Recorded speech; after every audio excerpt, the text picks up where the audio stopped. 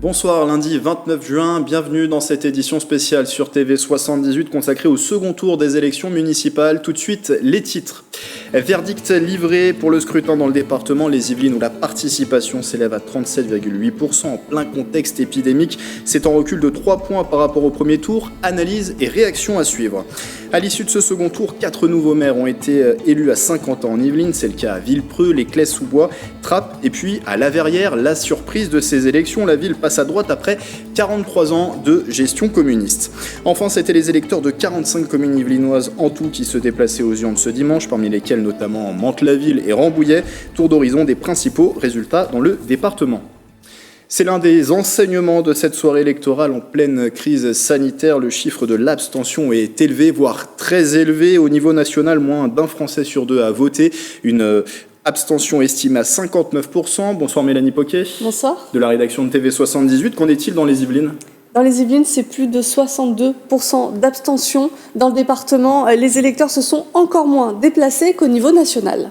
On aurait pu, peut-être jusqu'au bout, espérer un rebond, mais enfin manifestement, je pense que le fait que plus de 3 mois ait séparé le second tour du premier, a vraiment joué un rôle, a vraiment eu une influence tout à fait fondamentale. Il y avait sans doute encore quelques petites inquiétudes, voire grandes inquiétudes chez certains citoyens au sujet de la pandémie, mais je crois que là, enfin, c'est ce qui s'appelle, de ce point de vue-là, une catastrophe. La participation est en baisse constante depuis 1983. Elle était à 80% en 1983, la participation au municipal. Donc 20% d'abstention. 36% d'abstention en 2014 au plan national. Donc les chiffres actuels, c'est vraiment un désastre. Et la participation, Mélanie, est inégale selon les communes du département. Et oui, on peut même dire que c'est un véritable grand écart. 45 communes appelaient les électeurs à revenir dans les bureaux de vote dimanche. Et c'est à Senlis qu'on a le plus voté. L'abstention ne monte qu'à 19,76% dans cette commune, avec 415 inscrits sur les listes. Du côté de l'agglomération de Saint-Quentin en Yvelines, c'est à La Verrière qu'il y a eu le plus de bulletins de vote dans les urnes. 51,08% des 3146 inscrits ont voté. Et c'est d'ailleurs dans une commune de Saint-Quentin en Yvelines qu'on a le moins rassemblé. Et oui, est-ce que pour les électeurs, le premier tour semblait plié, mais à Guyancourt, plus de 70% des votants ont choisi de ne pas se déplacer, un chiffre bien au-dessus de la moyenne yvelinoise et même de la moyenne nationale. Mais de manière générale, ce second tour n'a pas mobilisé les foules. Les 7 dernières communes saint-quentinoises qui devaient choisir leur maire ont toutes dépassé les 50% d'abstention. On va le voir à l'écran. Alors, je l'ai déjà dit pour La Verrière, mais le taux est à 51%. Voisin-le-Bretonneux, c'est 55%. Villepreux, 56%. Les Clés-sous-Bois, 59%. Trappes, 61%. Et donc, Guyancourt, plus de 70%. Mais pour certaines communes, c'est le contraire. L'abstention a quand même baissé lors de ce second tour. Ah oui, toujours pour Saint-Quentin en Yvelines, c'est le cas de 3 communes, La Verrière, Trappes et les Clés-sous-Bois. Même si cette dernière, tout est relatif puisque le taux d'abstention des 2 tours tourne autour des 59%. Et c'est à nouveau à Guyancourt que l'écart est le plus important, plus de 8 points d'augmentation. Merci Mélanie pour ces précisions. Allez, on débute ce tour d'horizon des résultats du second tour avec la surprise de ce scrutin à Saint-Quentin en Yvelines. La commune de La Verrière bascule à droite, une perte historique pour la gauche dans ce bastion communiste depuis 1977. Nicolas Dainville a remporté ce second tour avec plus de 47% des voix, devançant la maire sortante Nelly Dutu. Le récit de Nicolas Dandry. C'est un scrutin historique pour la commune de La Verrière, un basculement à droite pour cette ville communiste depuis 1977. Le candidat d'hiver droite Nicolas Dainville remporte ses élections municipales 2020 avec 47,52% des suffrages. Une victoire de justesse avec 58 voix d'avance sur Nelly Dutu. Une grande joie, une grande responsabilité, un grand honneur. On a envie avec l'équipe de faire des belles choses pour cette ville de La Verrière, de lui impulser une nouvelle dynamique. Et c'est très important qu'on se mette au travail dès demain pour agir sur l'emploi, sur l'éducation, sur la sécurité, sur le cadre de vie. Dans cette triangulaire du second tour, la gauche partait divisée. D'un côté, la maire sortante communiste Nelly Dutu, élue en 2016 suite à la démission d'Alain Hajaj. De l'autre, Jean-Yves Blé, son premier adjoint qui, en 2019, crée un groupe au sein de la majorité avec plusieurs élus sur fond de désaccord. Unie dans ce scrutin, la gauche aurait pu l'emporter. Dommage peut-être qu'il y ait eu division à gauche et qui Je pense que si on additionne au premier tour les voix de Monsieur Blay et les miennes, on passe au premier tour. Donc un petit peu compliqué cette division, mais bon, voilà. Je suis pas sûre que les mesures que vont prendre Monsieur Dainville soient dans l'intérêt des Verriérois. Donc à chaque fois que les intérêts seront menacés, Monsieur Dainville va nous trouver sur sa route. On a plus d'une fois essayé de tendre la main à Madame Dutu. Madame Dutu ne nous l'a jamais rendue. Finalement, je crois que la rupture, peut-être elle s'opère au départ de Monsieur Hadjadj, finalement. On a constitué une équipe, là, prêt à être à l'écoute de Monsieur Dainville et à attendre de lui qu'il nous écoute également. Le conseil municipal d'installation de la Verrière aura lieu ce samedi 4 juillet à 10h au centre culturel du Scarabée. La Verrière, longtemps fief communiste, désormais avec un maire de droite, de quoi réjouir le président du conseil départemental Pierre Bédier. Écoutez la réaction de celui qui est également président de la fédération Les Républicains des Yvelines. Nicolas Dainville qui gagne à la Verrière alors qu'il n'était pas le favori des pronostics. On a aussi opéré le Benjamin des maires des Yvelines, 25 ans. Donc non, c'est un joli cru. Je me satisfais de voir que la majorité départementale et les conseillers départementaux, à l'exception notable de la conseillère départementale de Maisons Lafitte, mais qui est allée au combat contre le maire de Maisons Lafitte et contre l'avis, contre mon avis, c'est-à-dire, bon, elle est conseillère départementale, mais en l'espèce, c'était contre l'avis du conseil départemental, mais nos élus sont sortis plutôt renforcés, oui, de ce scrutin, et j'en suis heureux pour eux, mais aussi heureux pour le département et pour l'institution départementale. Pas de surprise ou presque. En revanche, à Trappes, les 3 candidats qualifiés pour le second tour se sont classés dans le même ordre d'arrivée que le 15 mars dernier. La liste de l'ex-adjoint Ali Rabet l'emporte devant celle d'Othman Nasrou et du maire sortant Guy Malandin, qui cède donc son fauteuil après 19 ans de mandat. Trappes aura bientôt un nouveau maire dans ce second tour où c'était une triangulaire qui était proposée aux électeurs. La liste conduite par Ali Rabet remporte le scrutin. La gauche unie pour que Trappes respire, soutenue par Génération, Europe Écologie Les Verts, le Parti communiste et tout récemment le Parti socialiste, totalise 40,4% des votes. Un grand sentiment de fierté parce que les trappistes à plus de 40% ont choisi de porter la liste de la gauche unie pour que Trappes respire. Donc, et également un sentiment de responsabilité, parce que je suis élu dans un contexte particulier, celui de la crise du coronavirus qui frappe encore notre pays. Et il y a besoin ici plus qu'ailleurs de solidarité, de services publics, d'engagement, de la part des fonctionnaires, de la part des associations de la ville. Et nous disposons ici de grandes énergies, de grandes forces vives. Ma responsabilité sera de les mobiliser. L'ancien adjoint et membre de la majorité s'était présenté face à Guy Malandin, maire sortant en lice pour un 4e mandat, soutenu par La République En Marche et lâché entre les 2 tours par le Parti socialiste. La tête de liste pour Trappes, la gauche qui agit, se classe en 3e position avec un score de 22,4%.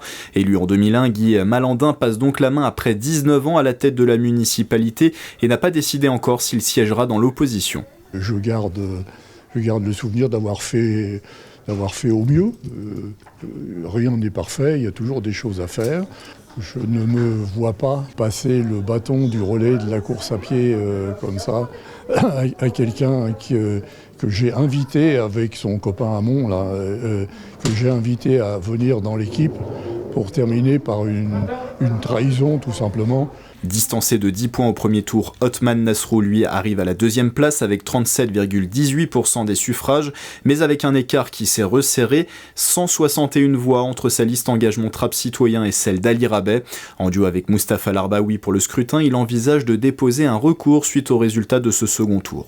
Nous avons fait, le chemin que nous devions faire pour proposer aux trappistes une autre alternative que l'élection de M. Rabet, parce que je considère que ce serait totalement catastrophique pour Trappes. Je le dis et j'en parle au conditionnel, puisque au regard des conditions dans lesquelles s'est déroulé ce scrutin, au regard des attaques personnelles, des méthodes qui ont été employées, nous envisageons de déposer un recours. A noter que la participation est en hausse à Trappes, 38,25%, soit à 4 points en plus par rapport au premier tour. Conseil d'installation prévu ce vendredi 3 juillet à 19h en mairie. Et ce sont 4 communes en tout à Saint-Quentin-en-Yvelines où les électeurs ont fait le choix du changement à l'issue de ce second tour, à La Verrière et Trappes donc, mais aussi au Clé-sous-Bois et à Villepreux. Le tour d'horizon avec Aurélie Ronze. Dans quelques jours, ces 4 communes de Saint-Quentin-en-Yvelines verront à leur tête un nouveau maire pour les 6 prochaines années. Au Clé-sous-Bois, Philippe Guiguen arrive en tête. Soutenu au second tour par la maire sortante Véronique Côté-Millard qui ne se représentait pas, il obtient 41,82% des suffrages. Je souhaite remercier tous les Cléciens qui sont venus voter aujourd'hui malgré des conditions pas toujours très simples. Remercier tous les Cléciennes et Cléciens qui ont porté leur voix sur mon nom et sur ma liste. Et aussi, bien entendu, remercier toute mon équipe qui depuis un an travaille sur le terrain pour essayer de monter un projet apprécié par la population. Les listes menées par le candidat d'Hiver Gauche Nicolas Hu et la candidate d'Hiver Centre Anne-Claire Frémont arrivent respectivement en 2e et 3e position. C'est une déception. Nous étions bien placés éventuellement pour passer en tête au soir du premier tour. Les conditions ont fait que malheureusement certaines unions ou certains ralliements n'ont pas pu se produire. Je pensais qu'une campagne bienveillante et un programme constructif pour tous les Cléciens allait suffire. Eh bien non, je me rends compte qu'il faut faire une campagne délétère, ordurière, pour gagner. À Villepreux, le candidat Jean-Baptiste Amonique, arrivé en tête du scrutin, est applaudi par son équipe à l'annonce des résultats.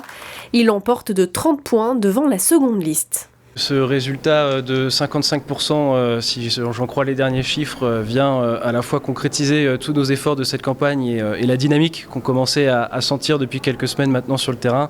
On est en tête sur l'ensemble des bureaux, donc par rapport au premier tour, là aussi c'est une victoire et une progression. On avait un seul bureau, je crois, on n'était pas en tête au premier tour, donc là d'être en tête sur tous les bureaux, évidemment, ça nous rend encore plus heureux, on va dire. La liste Agir tous pour Villepreux, issue de la fusion entre Valérie Bain et Sylvie Sevin-Montel, arrive en 2e position. Celle du maire sortant Stéphane Mirambeau, qui n'était pas présent lors de la soirée du second tour, arrive 3e. On a quand même réussi quelques succès sur cette campagne puisque le projet immobilier en question est en stand-by pour l'instant. Donc ça, si on n'avait pas fait tous ces travaux, ça ne serait jamais arrivé. Il a fait plus de 55%, c'est un score qui est excellent avec 3 listes et je lui souhaite évidemment beaucoup de courage et de réussite dans le mandat qui s'ouvre pour lui.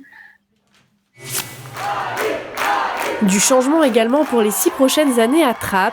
Le candidat d'Hiver Gauche Ali Rabé devance avec 40,40% les listes du candidat d'Hiver Droite Othman Nasrou et du maire sortant Guy Malandin.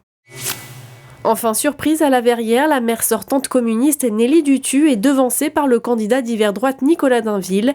Il emporte avec un peu plus de 47% des suffrages. Nouveau maire également du côté de Mantes-la-Ville, Samy Damergy a été élu avec 55,85% des voix avec la candidature sans étiquette l'Union pour Mantes-la-Ville. Dans ce scrutin où 2 listes qualifiées au second tour se sont retirées, il devance le maire sortant Cyril Naud qui totalise 44,15% des suffrages avec le Rassemblement pour Mantes-la-Ville.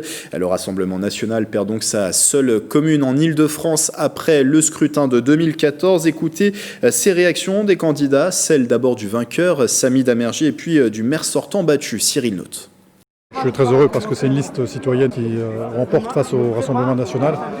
Une liste qui a été aidée par aucun parti, sur lesquels aussi le report de voix très mitigé des partis qui étaient de gauche qui se sont retirés. Donc c'est vraiment une liste qui mérite cette victoire à elle seule. J'espérais que l'éventuel report des voix de gauche ne soit pas aussi important. Malheureusement pour moi en tout cas, cela a été le cas. Et il n'y a pas eu de surcroît de mobilisation des abstentionnistes du premier tour. Il y a à peine 2% de plus de participation, ce qui est assez faible. Le duel, tout le monde le savait, c'était la configuration la moins favorable pour moi. Ces 2 désistements, effectivement, ont sans doute provoqué cette défaite. Dans une triangulaire, je pense que j'aurais eu mes chances pour l'emporter. Autre réaction à vous proposer spécifiquement sur ce scrutin à Mantes-la-Ville, celle des responsables politiques du département, la déléguée du Rassemblement national des Yvelines, Mathilde Androuet d'abord, et puis celle du président du département des Yvelines, Pierre Bédier, qui s'est impliqué personnellement dans la campagne en appelant à voter pour Samy Damergy.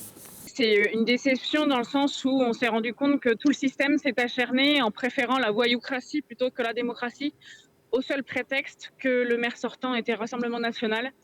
Et donc, on peut souhaiter bonne chance au Mandevillois, mais rien que la manière dont s'est déroulé le scrutin, au premier comme au second tour, avec des bureaux clairement tenus par des caïds, oui, je trouve que la démocratie a perdu une mairie aujourd'hui plus que le Rassemblement National.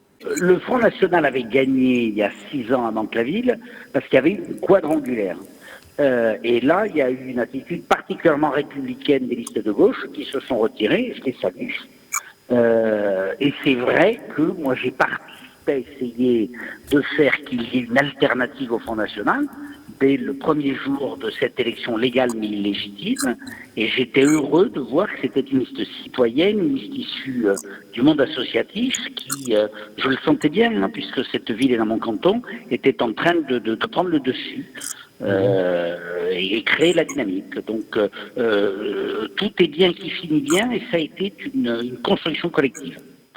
Dans ces élections municipales, des élus sortants ont également conforté leur position à Saint-Quentin-en-Yvelines à l'issue du second tour.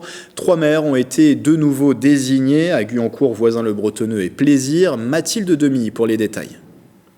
Dans la commune de Guyancourt, c'est François Morton, maire sortant et tête de liste de Décidons Ensemble à Guyancourt, qui est réélu avec 51,47% des voix. Rodolphe Barry, tête de liste d'Ensemble Agissons pour Guyancourt, arrive en deuxième position avec 32,04% des voix. Et Grégory Pape, tête de liste de Nouvel Élan à Guyancourt, obtient 16,48% des voix. C'est une campagne qui a été très longue. Voilà, très longue, bien évidemment, puisque c'est inédit, 3 mois entre les 2 tours. En ce qui me concerne, je suis devenu maire le 12 mai 2019, donc c'était effectivement une situation aussi qui était probablement dangereuse, voilà, pour la ville de Guyancourt, et je suis absolument ravi d'avoir établi l'ordre. Quelques semaines avant les élections, des tensions régnaient dans la commune de Voisins-le-Bretonneux entre Olivier Afonso, tête de liste d'Unis pour Voisins, et Alexandra Rosetti, maire sortante. C'est finalement Alexandra Rosetti qui remporte l'élection avec 53,10% des voix, contre 30,91% pour Olivier Afonso. Béatrice Pierrat, tête de liste d'Avec vous Voisins Avance, arrive en 3e position avec 15,97% des voix. Ça a été tellement long, tellement dur cette période entre les 6 mois de campagne, les mois de crise et puis ce dernier mois avec une fin de campagne absolument immonde. Forcément, je suis soulagée avec l'envie de se mettre au travail rapidement avec cette nouvelle équipe. À Plaisir, avec 800 votes d'écart et 43,99% des voix, Joséphine Coleman-Berger conserve son siège à la mairie et pense déjà au projet en cours pour la ville. Face à elle, Patrick Genter obtient 32,01% des voix avec sa liste Plaisir, Notre Ville, Notre Avenir. Et Annie-Joëlle Priouasny, tête de liste de TAF, Tout à faire pour Plaisir, arrive en 3e position avec 23,98% des voix. Des grands projets comme les projets de la maison médicale qui va démarrer incessamment sous peu. On a aussi tout le grand projet de l'écoquartier du Valibou. On a également tout le projet du centre-bourg. Ce sont des projets que nous n'avons pas du tout arrêtés et qui sont vraiment dans cette dynamique de l'attente des Plaisirois de développer les espaces verts et d'être dans cette dynamique-là avec bien sûr l'arrivée de tout ce qui est assistance médicale puisque nous avons trouvé des médecins. On est ravis. Les maires de ces 3 communes prendront place lors de leur conseil d'installation, le 3 juillet pour Plaisir et le 4 juillet pour Voisins-le-Bretonneux et Guyancourt. Zoom à présent sur les résultats de ce second tour des élections municipales dans le reste du département. Que s'est-il passé à Rambouillet, Carrière-sous-Poissy, Maisons-Laffitte, Le Vésinet ou encore Limay? La réponse de Mickaël Elmidoro dans ce reportage. En dehors de Saint-Quentin-en-Yvelines, des surprises, des confirmations, le second tour des municipales 2020 a livré son verdict dans les Yvelines. À Rambouillet, Véronique Matillon, tête de liste de Rambouillet Ensemble vers l'avenir, va succéder à Marc Robert. Elle remporte l'élection avec 46,84% des suffrages. Je remercie profondément les Ramboulitains qui m'ont marqué leur confiance. C'est vraiment un beau cadeau qu'ils me font. Et j'espère être digne d'eux. En tous les cas, c'est comme ça que je souhaite faire mon mandat. Et surtout rester proche d'eux. De son côté, le candidat écologiste David Jutier termine 2e avec 37,06%. La déception de ne pas avoir gagné, puisque c'était quand même l'objectif numéro 1. Et puis un sentiment quand même de devoir accompli vis-à-vis des électeurs et électrices qui nous ont fait confiance. On a fait un score qui est inédit à Rambouillet pour l'écologie politique. Gilles Schmitt, candidat investi par La République En Marche, termine lui en 3e position avec 16,10%. Oui, c'est un échec. Je le prends comme tel. Personnellement, je le prends comme un échec. On n'a pas été capable, je n'étais pas dans la possibilité, en tout cas pas capable de fédérer l'électorat qui nous suit d'habitude et qui nous fait confiance. À Carrières-sous-Poissy, ville de 16 000 habitants, Eddy Haït, maire de la commune de 2008 à 2014, récupère son fauteuil. L'homme politique à l'étiquette écologiste a battu le maire sortant d'hiver droite Christophe Delrieux avec un écart de 518 voix. Khadija Gamraoui termine 3e avec 18,44%. À Maisons-Laffitte, Jacques Millard, élu depuis 1989, repartira pour un 6e mandat dans la Cité du Cheval. Sa liste LR arrive en tête dans 15 des 16 bureaux de vote et totalise 45,91% des suffrages. Yannick Guéhin d'hiver droite termine 2e avec 37,84%. À Limay, Éric Rouleau est réélu maire avec 44,26% des suffrages. Le communiste devance la liste d'hiver droite de Cécile Dumoulin et la liste d'hiver gauche de Michael Boutry. Enfin, en Vésiné, le candidat LREM Bruno Corradetti arrive en tête avec 32,54% des voix. Il devance la liste LR de Thibaut Gripois et les listes d'hiver droite de Bernard Groucot et François Bonin. Voilà pour ces résultats qui ont généré forcément satisfaction mais aussi déception, notamment en raison de la faible participation. On écoute à présent les réactions des différents représentants des partis politiques dans les Yvelines qui se sont exprimés hier dimanche lors de notre soirée spéciale pour ces élections municipales. On a une formation qui globalement tient le coup, mais c'est parce que aussi on a un maillage territorial qui est assez proche du terrain, qui est assez puissant, bien réparti dans le département des Yvelines, et avec des maires surtout qui font le travail. Et ça depuis plusieurs mandats. Et donc je crois qu'il y a une reconnaissance aussi de la population sur le travail qui est réalisé. Me réjouir évidemment de la victoire annoncée de Jean-Baptiste Amonique à Villepreux pour le MoDem, après la victoire de Richard Delpierre au Chesnay et celle de Cédric Pemba-Marine à Port-Marly, sont évidemment de jeunes maires, une nouvelle génération, et je crois que c'est à cela que les Françaises et les Français aspirent. On peut souhaiter bonne chance aux Mandevillois, mais rien que la manière dont s'est déroulé le scrutin au premier comme au second tour, avec des bureaux clairement tenus par des caïds, oui, je trouve que la démocratie a perdu une mairie aujourd'hui plus que le Rassemblement national. On peut appeler ça mitigé si vous voulez. Moi, je compte quand même beaucoup de victoires. Là où il y a encore 6 mois, on n'avait pas d'élus ni de maires étiquetés. Donc, on pourra toujours trouver des choses pour mitiger des victoires. Il y a des défaites, il y a des victoires. Il y a des villes où nous sommes un peu déçus et des villes où nous sommes extrêmement contents de voir la victoire de listes menées par des marcheurs et qui ont parfaitement assumé leur étiquette. C'est pas une grande satisfaction, mais les Yvelines n'ont jamais été, malheureusement, enfin, dans un passé beaucoup plus lointain, c'était un département où il y avait beaucoup de communes gérées par la gauche. C'est loin d'être le cas depuis longtemps, mais on n'a pas fait triste figure, si vous voulez, globalement, parce qu'on a choisi l'union, et là où il y a eu des unions, on le voit malheureusement à la Verrière, c'est cette ville-là qui va être perdue à cause de ça. Et pour refermer cette édition spéciale, rappelons que pour ces élections municipales, on votait également pour les élus communautaires, ceux qui siègent au sein des intercommunalités. À Saint-Quentin-en-Yvelines, sur les 12 communes de l'agglomération, 8 sont désormais de sensibilité de droite ou de centre-droit. Les 4 autres conservent une position à gauche. Pas de changement profond, donc des équilibres politiques au sein du Conseil. La séance d'installation doit avoir lieu le samedi 11 juillet au Vélodrome national de Saint-Quentin-en-Yvelines. Quelle perspective pour le prochain mandat de 6 ans? Nicolas Dandry a posé la question au président de l'agglomération, aux moyens techniques, Patrick Jacques de Dixmude. Avec nous, Jean-Michel Fourgousse, président de l'agglomération de Saint-Quentin-en-Yvelines. Bonjour.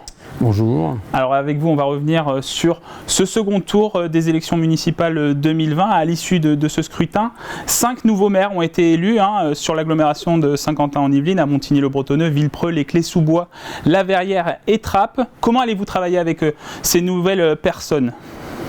Eh bien d'abord, ça montre qu'il y a un renouvellement naturel en démocratie, qui est plutôt une bonne chose. Hein. Alors, globalement, sur les 12 communes, les messages que j'ai reçus de mes collègues, donc maires, sont plutôt positifs. Donc il n'y a pas de grande inquiétude a priori. Bon, de toute façon, il y a bien sûr un noyau centre-droit qui est majoritaire. Je crois que tout le monde en tient compte et pour l'instant, il y a plutôt un climat de rassemblement, d'énergie, de compétences, d'expérience aussi, bien sûr, mais au-delà des étiquettes politiques, et c'est bien, parce que c'est quand même, Saint-Quentin, c'est une agglomération vraiment très économique qui va être confrontée à un choc économique quand même d'une très grande gravité, enfin le monde entier, et la France, Saint-Quentin comme tout le monde. Donc voilà, c'est bien que cette équipe reste concentrée sur ces compétences-là. Alors avant d'évoquer la communauté d'agglomération, revenons sur ce basculement historique pour votre famille politique, c'est la Verrière qui bascule à droite. Alors basculement également national, puisque hier soir, quand on faisait les comptes, bon d'abord, effectivement la tendance LR en France est majoritaire, puisqu'elle a plus de 50% des maires et des équipes municipales. Bon, donc voilà, bon, alors chez nous, effectivement, on gagne une ville de plus, donc on est à 8 communes de droite pour 4 communes de gauche, sachant que par exemple, Guyancourt, c'est du centre-gauche modéré, parce que c'est une commune qui a une réalité économique très forte avec des très belles entreprises, donc elle est confrontée au même, donc ça rend intelligent. Enfin, je veux dire qu'il n'y a pas on n'a pas de problème avec la culture de l'équipe dirigeante de Guyancourt là-dessus. Bon, après, voilà, il y a 2 autres petites communes qui sont Coignières et bien sûr et Monsieur Houillon-Amagny, et puis il y a Trappes. Bon, alors Trappes, là, c'est le grand point d'interrogation. Enfin voilà. On n'est pas inquiet, en tout cas, la situation est quand même assez stabilisée, mais on est très content, bien sûr, d'avoir enlevé ce dernier fief communiste. En plus, c'est le communisme vraiment d'arrière-garde, hein, donc je pense que c'est un nouveau souffle, c'est un espoir pour la ville de la Verrière. Nicolas Dainville est un garçon brillant, travailleur, honnête, qui a des valeurs, voilà, qui prend des engagements, hein, qu'il respecte, et voilà, je dirais c'est plutôt rassurant, parce que la Verrière, il y a du travail. Pour la prochaine mandature, allez-vous adopter la même position que vous aviez dans cette dernière mandature, c'est-à-dire donner une vice-présidence à chaque maire de la communauté d'agglomération et travailler dans un état d'esprit transpartisan ?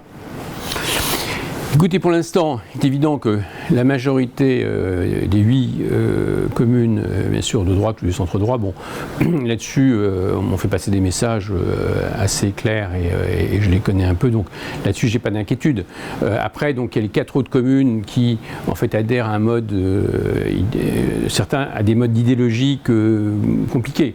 Je dirais que je suis pas inquiet, mais par exemple, je ne suis pas inquiet de travailler avec Guyancourt, c'est clair, on l'a vu, on a déjà travaillé ensemble. Bon, donc vous voyez, il y a 9 communes qui sont quand même assez proches.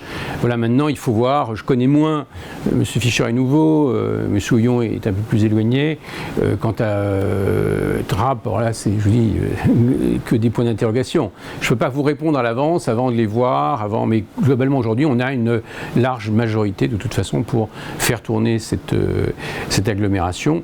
Mais c'est vrai que mon objectif serait plutôt bien sûr d'essayer de donner un maximum, sinon à tout le monde, bien entendu, des délégations. Mais il faut voir si ils sont dans cette crise qui va être très forte, s'ils sont bien quand même à l'intérieur. On respecte ici les idées de chacun, il n'y a pas de problème, mais il ne faut pas que quelqu'un rentre pour dire je vais mettre en difficulté de l'intérieur. Là, oui, non, à ce moment-là, les gens ils restent en dehors de l'exécutif, mais surtout avec la crise économique, on n'a pas les moyens d'aller jouer, vous voyez, t'es de gauche, t'es de droite, t'es ci, t'es ça, voilà. Donc, mais je pense que pour l'instant, il y a plutôt un rassemblement de bonne volonté de tout le monde. Merci Jean-Michel Fourgousse, président de l'agglomération de Saint-Quentin en Yvelines, et le conseil d'agglomération d'installation aura lieu le samedi 11 juillet prochain au Vélodrome National. Fin de cette édition spéciale. Merci de votre fidélité. Le replay est à consulter sur notre site internet et notre application mobile. Très belle soirée sur TV78.